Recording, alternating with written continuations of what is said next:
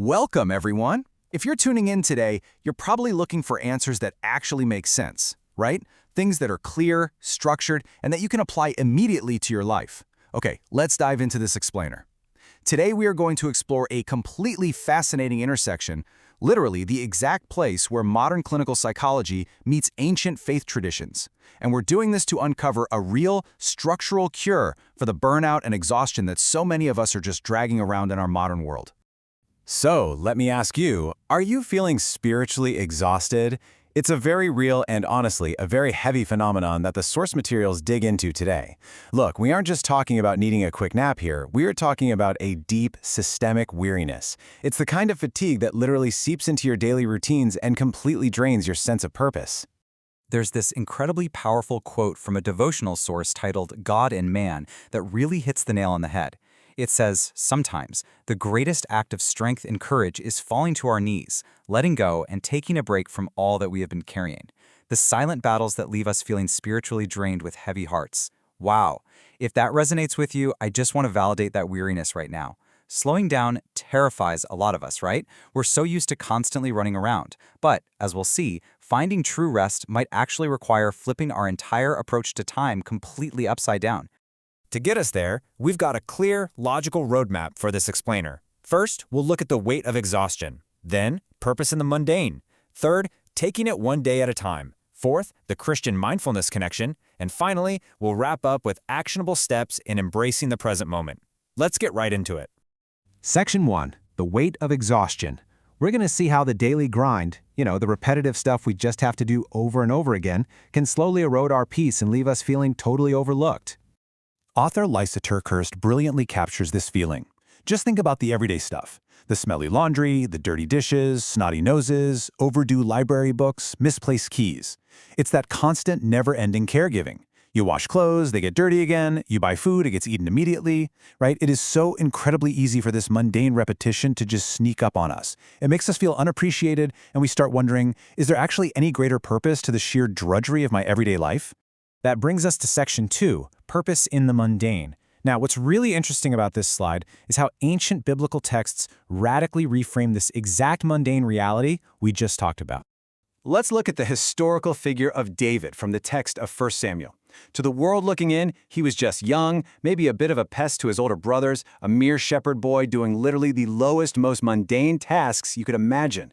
But from a divine perspective, he was a hand-picked future king from the bloodline of Jesus.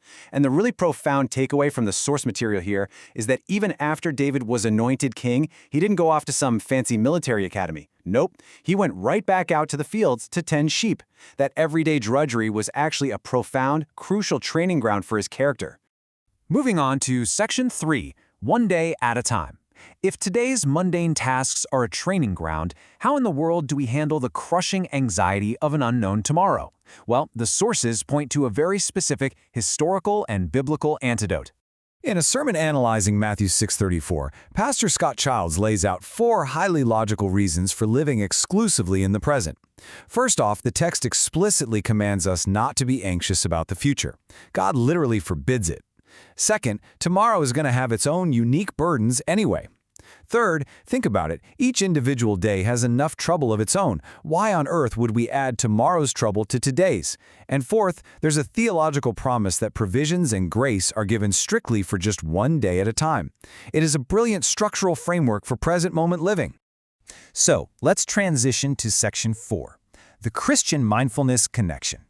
We've talked theology, but now we're going to bridge this ancient framework directly into modern clinical psychology. Because, guys, living in the present isn't just a nice, warm, and fuzzy theological idea. It is a scientifically proven mental health tool. This connection is backed by solid, peer-reviewed research. Specifically, an absolutely fascinating study published in the Religions Journal by MDPI, authored by researchers Timbers and Hollenberger from Boise State and Baylor Universities. They established this exact, undeniable link. And this brilliantly illustrates a really important timeline. A lot of folks think mindfulness is exclusively an Eastern practice, right? But present moment focus has actually been a core embodied practice in Christian history for literally millennia. Go back to 1000 BC, and you've got the Psalms talking about meditating day and night. Fast forward to 400 AD, the desert mothers and fathers were isolating themselves to just sit with their emotions. And today, in modern monasticism, that contemplative reflection is still going strong. Let's look at the clinical side for a second. Have you heard of third-wave behavioral theory? It's a modern psychological approach that is a real game changer. Unlike older therapies that basically just tried to stop you from feeling bad things, this focuses on holistic well-being. It's all about regulating emotions after they arrive through mindfulness, acceptance, and self-compassion. Now, one of the most famous applications of this is dialectical behavior therapy, or DBT. This specific therapy teaches patients tangible skills to reduce psychological distress, things like non-judgmental observation, radical acceptance, and paying close attention to the present moment. The clinical data shows massive positive outcomes when people just learn to stay in the now. Okay, let's see how this builds a massive bridge between the clinic and the church. The structural overlap here is honestly profound. Researchers map the clinical terms of DBT directly to their theological counterparts. Check this out. Where a psychologist teaches emotional regulation, the ancient tradition practices prayer and contemplation. Where the clinic uses radical acceptance, the faith uses surrendering to Jesus' yoke. And where DBT emphasizes present moment awareness, the theology focuses on asking only for daily bread. The overlap between evidence-based mental health therapies and these sacred traditions is just incredible to see. Which brings us to our final stop, Section 5, Embracing the Present Moment. We are going to apply everything we've unpacked today to your daily life, specifically looking at a powerful concept drawn from the writings of Denise Renner. It's called the manna principle. Grace and strength are given daily. Think back to the historical account in Exodus. The Israelites are wandering in the wilderness, and they're given manna, literally food falling from the sky, every single morning. But here's the catch. They were explicitly told they could only gather enough for that specific day. No hoarding allowed. Think about the logic behind that. God's mercies are not given weekly, and they certainly aren't given monthly. You cannot hoard peace. You just can't stockpile strength for some future what if. Denise Renner actually shares a story about how she used to lose sleep, completely stressed over an event that was months in the future. But we are simply not meant to carry the weight of tomorrow. When we drag tomorrow's anxieties into today, we're basically trying to use today's limited strength to fight battles that haven't even happened yet. So, the crucial point is summarized beautifully in the ancient text of Lamentations 3:22-23. The mercies are brand new every single morning. Renner describes it as a brand new package lying at the foot of your bed when you wake up.